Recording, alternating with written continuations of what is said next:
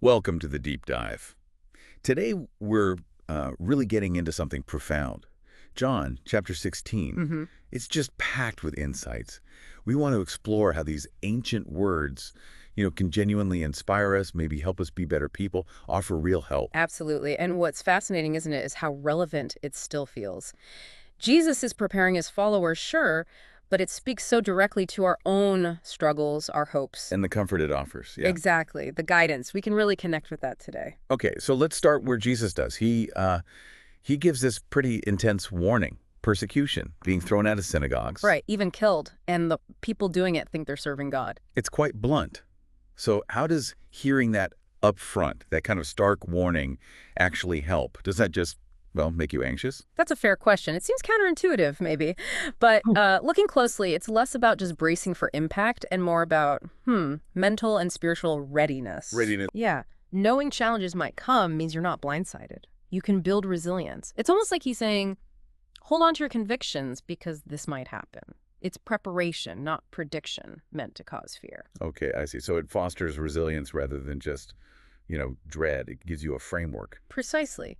It helps you understand that struggles, they aren't necessarily a sign you're off track. They were anticipated. And that kind of flows into the next part, doesn't it? Where Jesus says his leaving is actually good for them. Yes.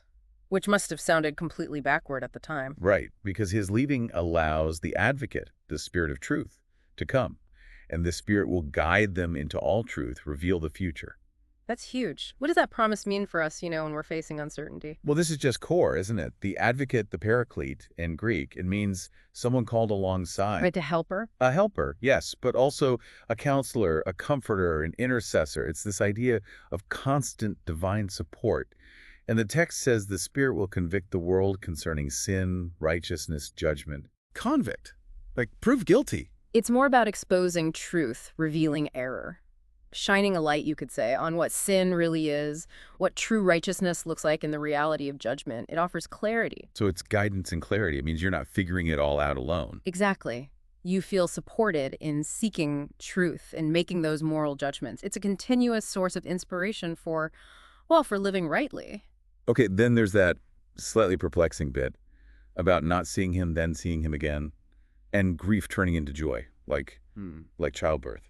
That analogy is so vivid. It really is powerful imagery. How does that specific promise help us deal with our own sorrows? How do we get to that lasting joy he talks about? It's a profound insight into how joy and sorrow can be linked. The passage makes it clear. Temporary sorrow, intense like labor, can actually precede this deep, untouchable joy that no one will take away. So trials aren't just dead ends. No, they can be transformative. Pathways, almost.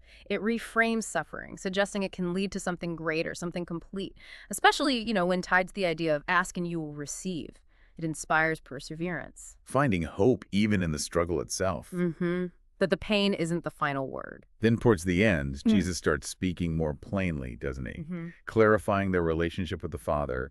The Father loves them directly. Yes, a shift in tone, becoming very direct, very intimate. And then that powerhouse closing line. In this world, you will have trouble, but take heart. I have overcome the world. Okay, easy to say, take heart. But when you're really in it, how does this inspire actual peace? Real inner strength. Well, I think that line just perfectly sums up the whole chapter, really. It faces suffering head on. You will have trouble. No sugarcoating there. Right. It acknowledges the reality. But then immediately it offers this profound source of courage and peace. It's not saying life will be easy. It's saying peace is possible despite the trouble, because the ultimate victory is already won. So peace isn't the absence of trouble, but something deeper. Exactly. An internal foundation you can rely on, regardless of external storms. It inspires resilience, confidence, knowing that even in the struggle, there's this bedrock of peace, this ultimate triumph. It's a call to stand firm. Wow.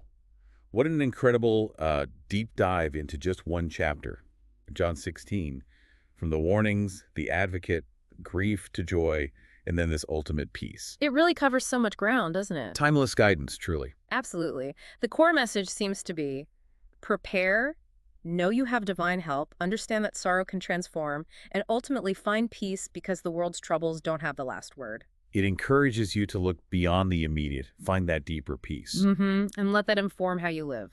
Well, we hope this exploration of John 16 inspires you, maybe gives you fresh courage for your own challenges.